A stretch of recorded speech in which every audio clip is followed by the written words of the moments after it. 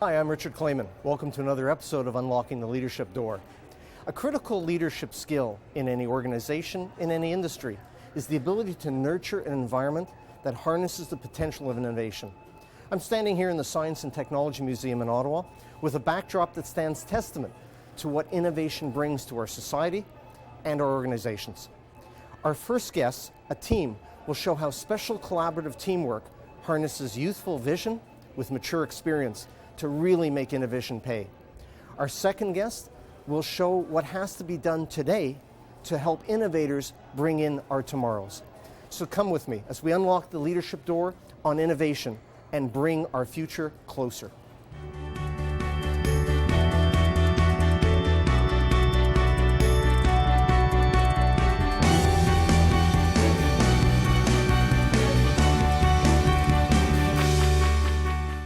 Our first guest is actually a team. We're going to meet in a moment Aiden Mirzai and Eli Fadi, co-CEOs of a young startup company called Fluidware.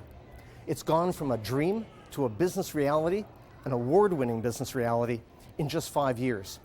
Fluidware has two main product lines: Fluid Surveys, which is an online survey system that boasts sales in over 70 countries and clients such as Coca-Cola, BMW, and Southwest Airlines.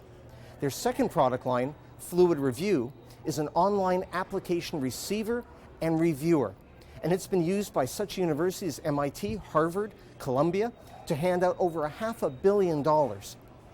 Let's see exactly how their collaborative model of leadership has spelled success for this young company. Let's meet them now back in the studio.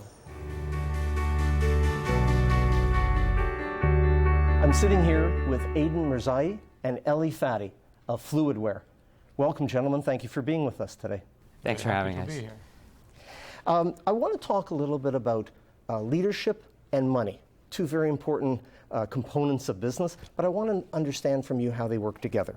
In an edition of Investment Executive in February 2013, the federal government was quoted as expressing a really strong commitment to increase the kind of capital available for startups. They cited the fact that, in their view, startups fail mostly because there simply isn't enough capital.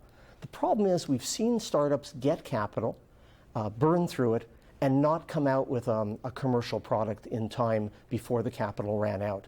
So what I'd like to do is try to get your feelings around the value weighting between capital, startup financing, and a qualified incubator, a place or a service that can actually steer the company in the right direction and give it a better chance for success.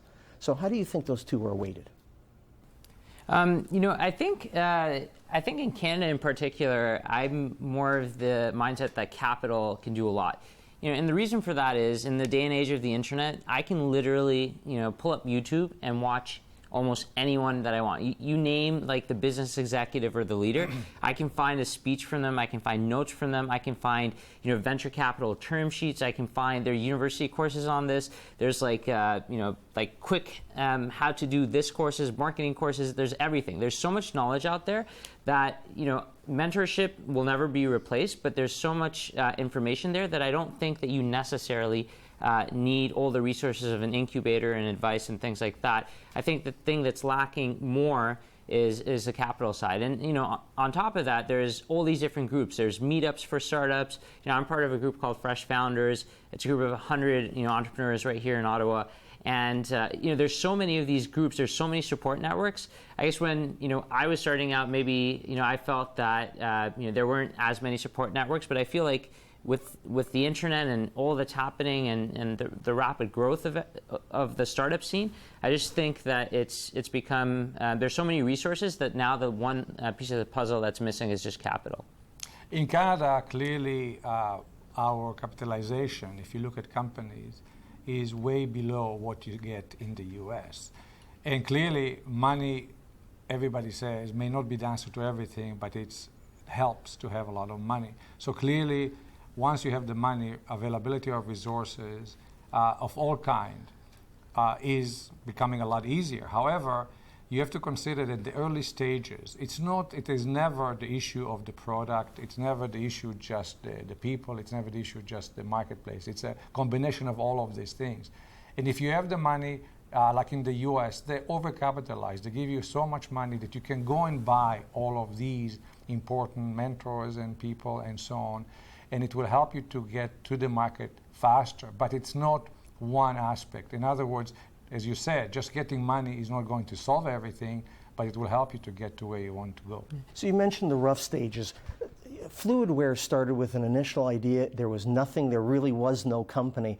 And now you've grown to the stages that we described in the opening comments. Just take me generally through some of the stages that you remember going through, right from the initial germ of an idea to where you are now. What are those incubation or growing stages? Well, actually, the first stage, we came up with just an idea of being the antisocial network, and the name was different than what we had today because we just thought about one idea which did not work. So after 6 months, which was the time that we decided we're not going to make money with just this idea, rather we have to find a different idea that will generate revenue and value for money. Basically, when we give value, we get money from the customer. And that's when our first milestone was about September of 2008, when we decided we are going to go and develop a product. And that was the beginning of a Fluid Review and Fluid Surveys. I was just going to say, though, just to your point earlier about talking to customers and making sure that they're on board. I think one of the things that was very important for our success early on was that when we decided that we were going to build something, we wouldn't just go off and just build it and then talk to the customer. So in a lot of ways, in the beginning, we would sell the customer the concept of the solution. We would say, here's some screenshots of what the product would look like, and this is how it's going to solve your problem. Does that make sense? And if they bought into that, a lot of times we'd get the contract before we had the software. And but this is the way we did it because you can change screenshots without having the product, and that's no problem. But as long as the customer agrees and they see value in that, now you already have buy-in from them, and then you can go out and build the product. So we were very agile. We were very fortunate to work with a team of amazing software developers that could just build things on the fly, and it was great. I could come up with these screenshots that weren't real and show them to the customers, and if they liked it, the next day we'd have them in actual software ready. And it was just that that fluid structure, working with the customer, building it quickly, showing it to them, getting feedback, iterating. It was just that flexibility that we had. I think that really played out well for us.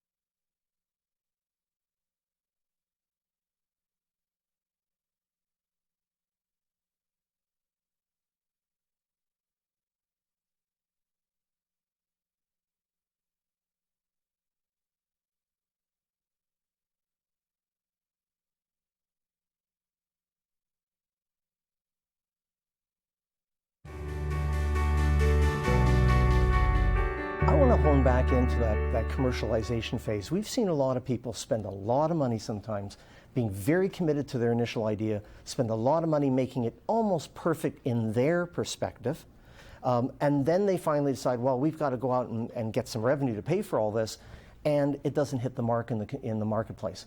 And then they're in a very bad position because they've spent all this money to get a full-blown product, never really tested it with customers.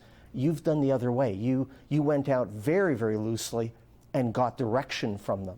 Well, there was one additional important for the life of any startup. If you want to be successful, and this is really important, being in this community is reference customer. We had a lot of good friends that took a chance on us. Absolutely, we need a reference customer.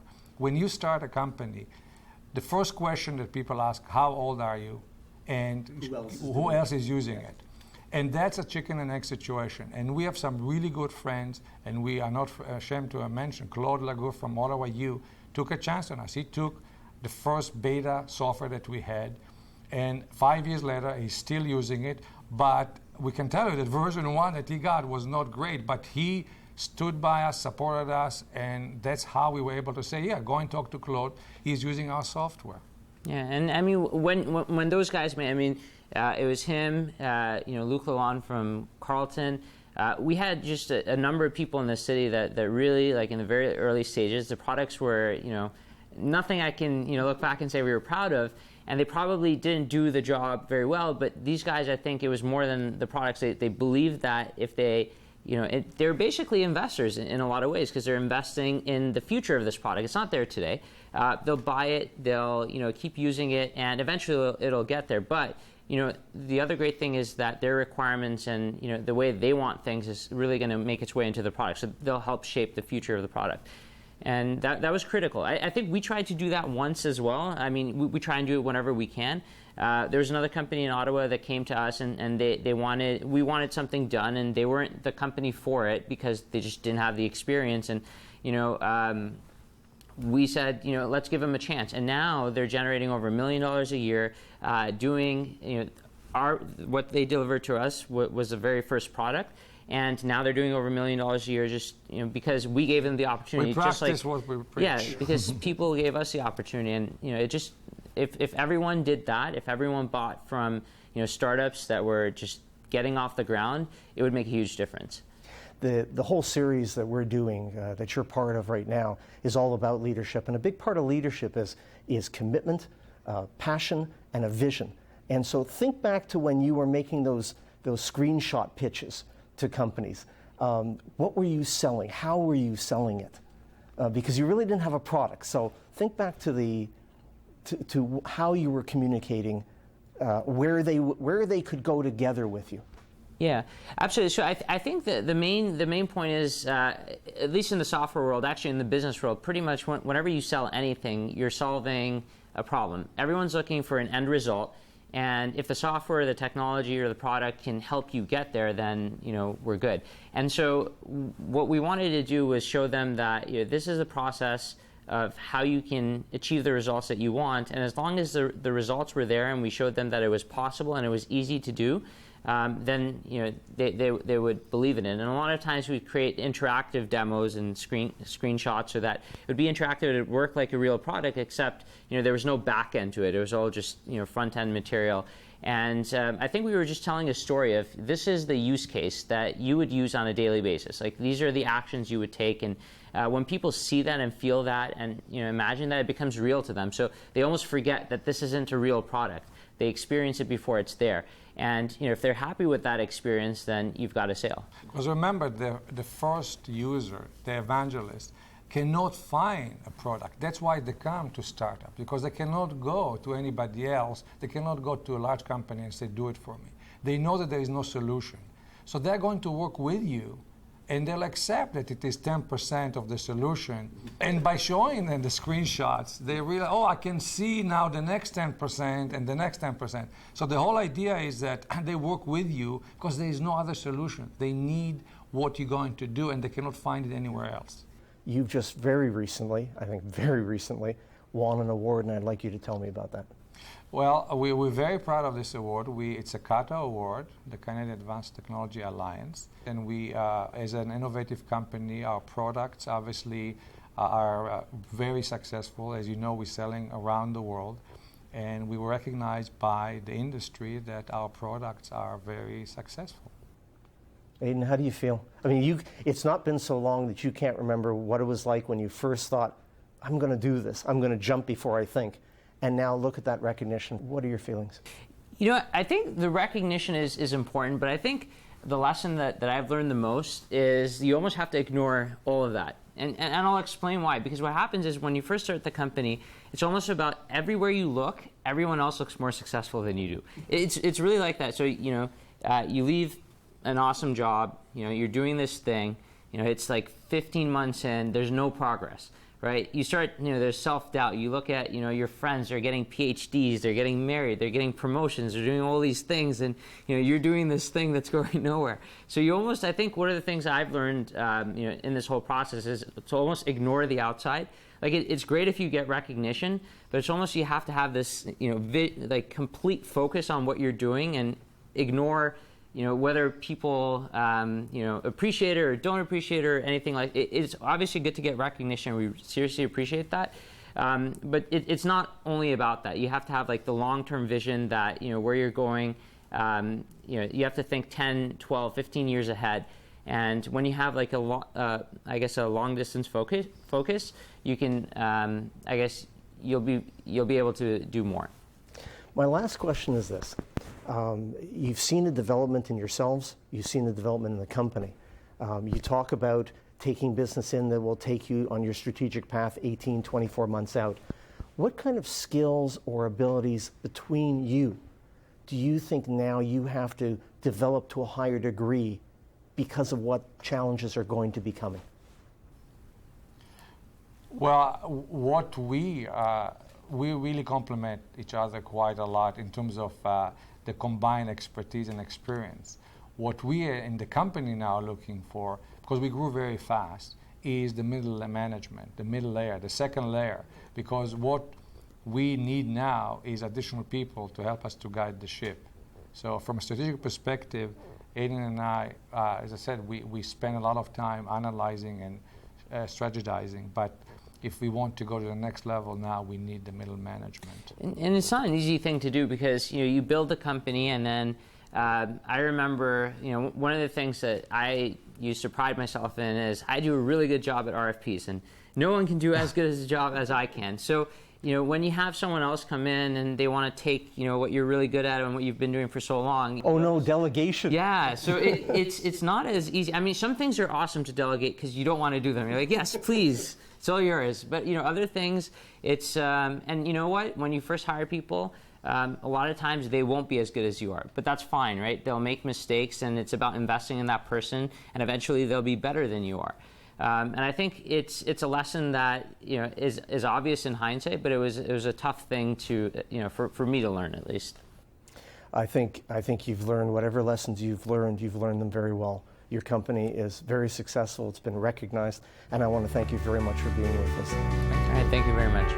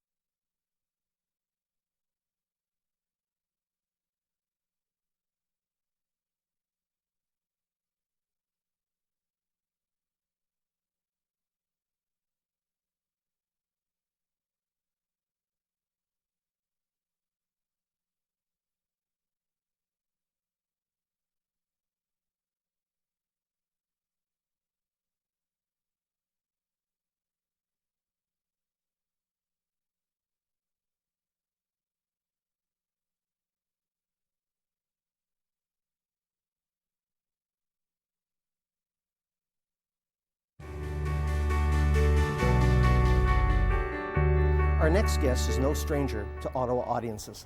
Dr. Adam Chwaniak was chair of Tundra Semiconductors here in Ottawa before taking the chairmanship of Startup Canada. Startup Canada seeks to link entrepreneurs, not just in Ottawa, but from coast to coast, and link them with resources and support services to bring great ideas to market more quickly and commercialize them more successfully. Adam's leadership and chairmanship stands as an example of what leadership can do for an organization. Let's go back to the studio, sit down with Adam, and find out what Startup Canada is doing to bring tomorrow's innovation in closer today. We're here with Adam Chwaniak, chairman of Startup Canada. Adam, thank you for being with us. Oh, thank you for having me. Adam, in your past position as the head of Tundra Semiconductors and your current position as chair of Startup Canada, it's all about innovation. That's where the success was and where it's going to be. And so I'd like to explore with you just how do you create a climate where how do you sell the need to innovate in a culture, in an organizational culture? Well, I guess if you're in technology, you're actually very lucky because that culture is almost there from day one. Because every technology company is really an international company from day one. You're competing not with somebody down the road, you're competing with people in Silicon Valley, you're competing with people in China. So from day one, you have to be the best in the world to sell what you've got. And that is just the foundation stone for how these companies operate. I think it's very much more difficult for organizations that are country bound or bound by limitations where you can hide behind those things and say, oh, it doesn't really matter, I don't have that much competition. In technology, you can't do that. And I think increasingly pretty much everywhere you can't do that. I mean, no matter what you do, you're no longer working within Canada's borders, you're working on a global platform. We've seen companies lately, one of the ones that comes to mind is Research in Motion, that had such an advantage in the market and such a gain of market share, and basically ignored what was happening around it. Yeah, they were very slow in adapting their success and building on it, and almost got crushed by a vicious competitor that came out of nowhere. I mean, 10 years ago, Apple was nothing, and now it's the biggest corporation by value on the planet. So that's how fast things change. You mentioned it was crushed. It seems to me that if you get out of a climate of innovation, it's very hard to restart it. It's very difficult because you need to motivate people continuously. And once you backslide, it's very difficult to get that esprit de corps going. And also you need people who work 24/7. And how do you inspire them to do that when nothing much is happening and you're sort of standing still? So it's a very dangerous time. You've got to continuously innovate, excite people, show them what the potential is so they're willing to put in those hours. When we've often seen inventions, especially in medical science, the machines we're using today were someone's innovation a number of years ago, and are in fact are not only saving lives, but saving money and less staff to run it. Yes. If we didn't invest then, we wouldn't be saving the money now. I thought that's an interesting paradox. Yeah, I think that's a great example. But look at the resource sector and oil and gas, for example, where for a long time it looked like nothing ever changed. And look at where we are today with all the new technology and innovation that's happened in the last 5 years. That's turning the whole world upside down. We don't need Middle East oil anymore in North America. I mean, who would have thought? That's the power of technology. But you've got to recognize that if you're not there, as on the medical side, to develop this stuff and be part of it, you're going to miss that whole wave. And you could end up getting hurt, not helped. All through the episodes of this series, we're seeing their very common, consistent, fundamental leadership aspects. They just ingredients that just simply go into effective leadership. Tell me a little bit about entrepreneurs. What are the commonalities that make a good entrepreneur? What does an entrepreneur need to bring to the table? Well, the first thing they got to bring to the table is a desire to create something, to do something, a passion. That's the starting point, because there is no easy way. You've got to jump in with both feet. You've got to work hard. You've got to take risk. You've got to be able to work through that, and largely by yourself in the initial phases. So you've got to have the passion that drives you through that process and gets you out of the other side. So that's the most important. And persistence. Passion and persistence. I mean, sometimes you may have to try something 9 times before it works, but eventually you get there. For all the viewers who are watching who are not in the technology industry or are not familiar with it, I'm going to take you up on your offer to do complex explanations very simply. I want to get a quick explanation or definition of an incubator versus an accelerator. Well, an incubator is simply, I guess in the simplest terms, it's a place you as an individual can go when you're trying to get your first idea off the ground, and somebody gives you a cubicle and a phone and gets you started. Just like an incubator for a newborn. Exactly. And an accelerator is, okay, now you're over that first phase, and now things are starting to build. You've got at least a product plan, if not a product. You've got a strategy you're going to follow. Now you need money. You need mentorship. You need introductions to potential employees. That's what an accelerator is there to do. Adam, what do you need in the next stage? What do you need to fuel Startup Canada? Well, the next stage means we've got to build this communications network, if you like. We've got to be more successful in getting our stories in front of the media. We've got to help communities that don't have entrepreneurial senses today to become entrepreneurial. To do that, we're not going to be able to do this on a shoestring with volunteers. We're going to have to raise some sponsorship funding so we can actually pay people to implement some of these things that entrepreneurs have asked for. And we want to do it without just going to government and saying, give me. We want to do it because businesses will pay for it and entrepreneurs will pay for it because it makes sense for them for the long term. So that's the objective. So hopefully, if I'm sitting here a year from now, we'll have got some of that money and implemented some of those programs. I lied about the last question because this is the last question.